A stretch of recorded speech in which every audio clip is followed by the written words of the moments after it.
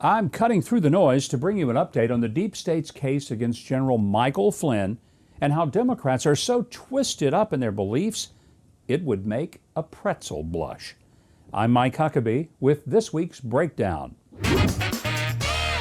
Imagine that, being framed by our own government and by political operatives who don't like you. And I think that's what we're going to find out. Well, that was Devin Nunes speaking with Maria Bartiromo on this week's Sunday Morning Futures on the case of former National Security Advisor Lieutenant General Michael Flynn. It's highly doubtful that Nunes, ranking member and former chairman of the House Intelligence Committee, would be saying something like this unless he already possessed knowledge that it was true. Now recall that he was pilloried for his memo debunking the Russia hoax in 2018, even though his conclusions were later verified, and it was Adam Schiff's memo that was discredited. If you've read Lee Smith's excellent book called The Plot Against the President, you know that General Flynn was indeed targeted by operatives who just didn't like him, and that went back as far as 2014 or 2015. The Obama Department of Justice didn't like him because he wanted to lessen the military's reliance on the CIA bureaucracy. And the reason was because it slowed them down when minutes counted on the battlefield.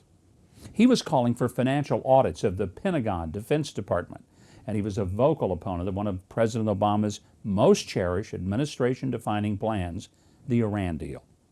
The deep state wanted him compromised long before President-elect Trump announced that he would be coming to the White House to work at his side.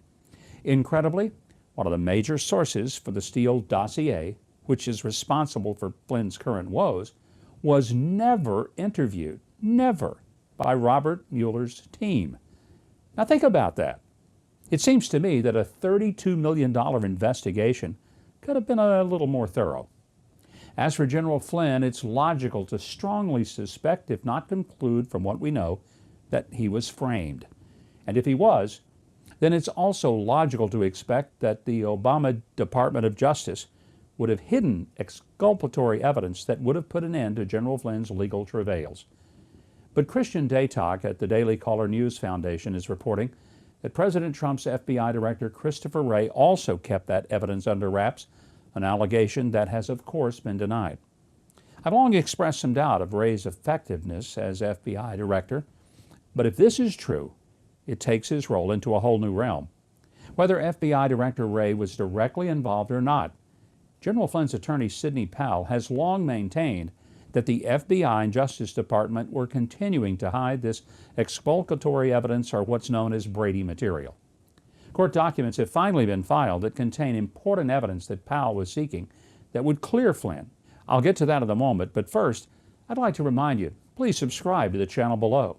Hit the notification bell and the like button as well if you've been enjoying our content and you'd like to see more of it. Well, like I said, more evidence that could clear Michael Flynn may be forthcoming, and all of this is happening after Attorney General Bill Barr assigned the U.S. Attorney for the Eastern District of Missouri to conduct a review of the Flynn investigation. The review involved the analysis of reports related to the investigation, along with communications and notes by FBI personnel associated with the investigation, that according to the cover letter that was sent to Powell and another attorney. It's been reported by the Federalist that FBI General Counsel Dana Bonte was the one who blocked release of the Brady material, but that she was acting, quote, in coordination with Wray, end quote. This claim has also been strongly denied, of course. The order to put a hold on Brady material should never have been given by anyone. To withhold such evidence, well, it's a blatant violation of the constitutional guarantee to a fair trial. Now, this is just one of the ways that Flynn was treated shamefully. He deserves to have his guilty plea thrown out, all charges dropped, or maybe given a presidential pardon, and restitution for the damages that this travesty has caused to his reputation, career, financial condition, and peace of mind. Oh, and he should be the one who gets to throw the book at those who framed him. There's more to come, including, I think, some indictments. Well, speaking of covering up the truth, there are times when I almost feel sorry for loyal Democrats. I mean, over the past few years, in order to keep from being slandered and hounded by Twitter mobs, they've had to force themselves to live in a constant state of denial. And I don't just mean pretending not to notice how badly their cherished leftist policies failed during the Obama administration and everywhere else they've been tried. Starting in 2016, to remain a Democrat in good standing, you had to deny that Donald Trump was really the president, or my president. You had to deny that his negotiating tactics really had resulted in better trade deals for the U.S., and that the tax cut benefited people other than the super rich. Just since January, Democrats have had to deny that Trump was right, or they've tried to deny that Trump was right to block travel from China and Europe, and that the pandemic was caused by China's carelessness and lies. But the denial of reality shifted into hyperdrive this week.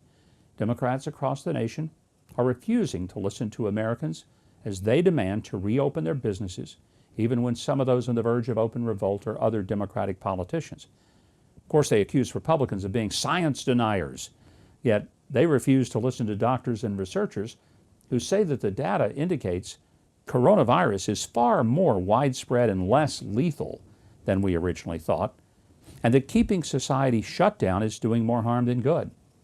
It's even doing irreparable harm to the healthcare system, laying off doctors and shutting down hospitals, and causing deaths by preventing people from getting truly necessary medical care for what some have called trivial conditions, like cancer. All of this in the name of keeping hospitals free for the overwhelming surge of COVID-19 patients that never came close to materializing.